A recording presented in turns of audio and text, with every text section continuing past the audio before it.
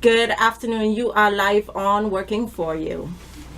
Good afternoon. How are you doing today? I'm good. How are you? I am doing very well.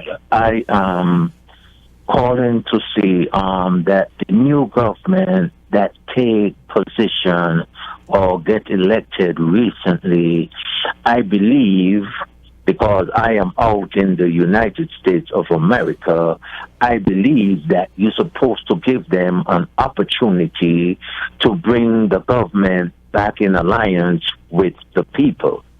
Because when the old government was in power, it seemed like nothing get done.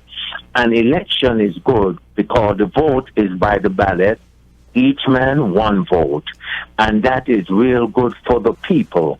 And when the people set themselves up to make change, changes is good for the country, regardless if it's for 4 years or 1 year. Because when you make change and he do not do what he say he's going to do, you have an opportunity to remove him. And if you remove him because he didn't do what he said he was going to do, that's because the people see right from wrong. I want to thank you very much for listening today. Thank you for your contribution. And let's go back to the phone lines. We have another caller on the line. Good afternoon. You are live on Working For You. Yes, host, I'm back. Now, somewhere in the Bible, I don't remember which one the Bible said it, but there are many things that the Lord Jesus Christ hate. But the first tree he hate is what you call a proud look. Mm-hmm. And innocent hands that shed innocent blood. Mm-hmm. And last, I can say, but not least, and a lying tongue. You hear? A lying tongue. Because that tongue that we have in our head, it is more dangerous and more powerful than any hydrogen bomb. A tongue could damage a person's character for life.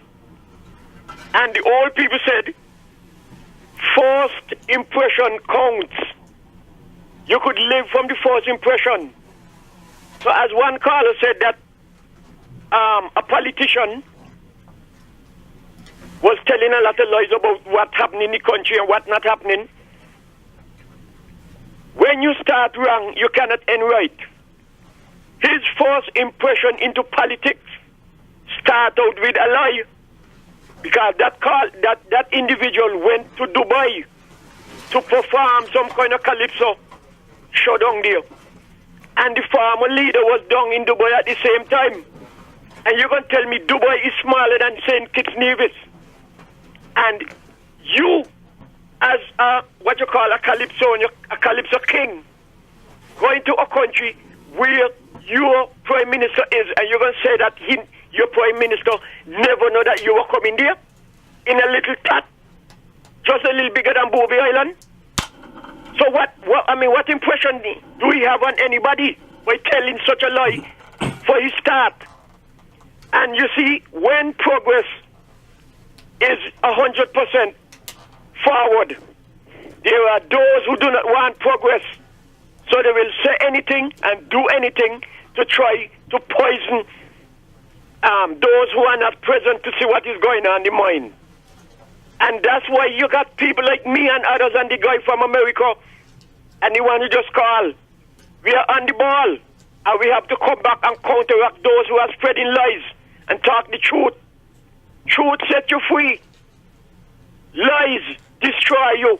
And I would wish that all those who get on the radio and talking nonsense, nincompoofery on the radio, I wish they could stop it. Stop it. God do not like it. It is not good for the country. Young people are listening. Young people are looking at us, the older ones, for guidance. People, for heaven's sake, and for the good of the country, done with it, and let everybody get on board and push the country forward. Thank you all for listening. Okay, thank you, caller, for that contribution. Let's go straight back to the phone lines. We have another caller on the air.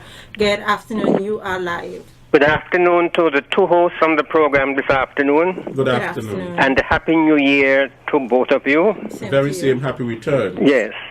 I listened to a discussion on a talk show earlier today on the topic land use in St. Kitts. And I wanted to share my views on the matter, but my calls to that program were not successful. So I think it's necessary now to use your program to share those views. Mm-hmm. Now, I think that the topic of land use is really an important matter for the unity government to be aware of.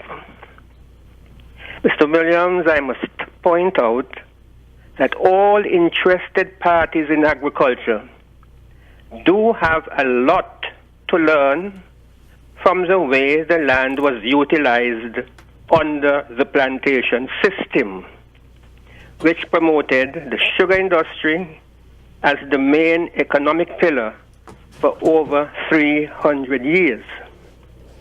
First of all, sir, the plantation system controlled all of the arable lands from the forest down to the sea, and even utilized available lands in the many guts and the mountain slopes.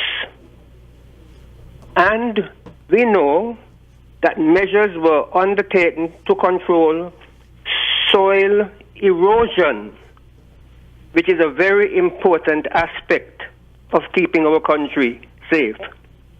And so soil erosion protection ought not to be ignored, no matter what are the strategies we employed going forward. The plantation system does not allow the agricultural land to become a huge forest. And that is something that we have to think about.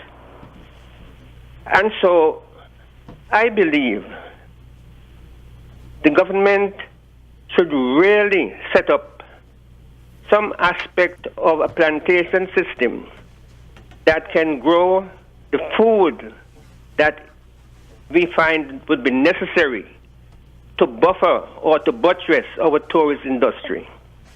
We cannot do it in hawks and herrings because you work on the lowlands, you don't protect the upperlands, and then when we have hurricanes, what do you think happens? Everything is washed into the sea. Because under the plantation system, when I began working as an estate manager, the owner of the estate took me right up under the forest. And he said to me, "What do you see here?" I said, "A bank." He said, "Well, the workers would call it a headland. But I want you to understand that you have to maintain this bank right across the width of this estate, because it is a mountainous estate." And indeed, you would find that we had to channel the water away from the cane fields by those head banks as the years went by.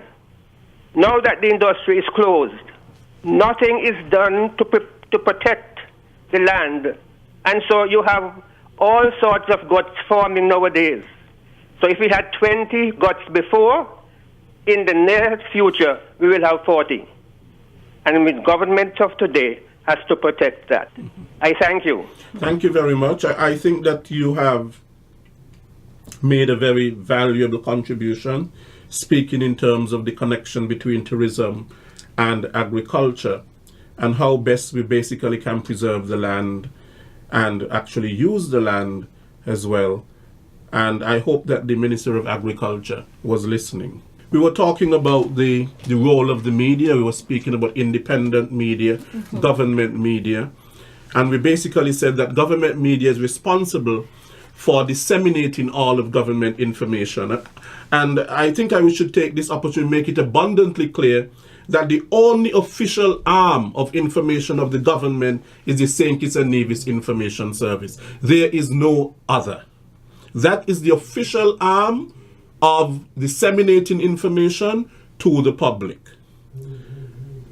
It has government sources and so on and what's not.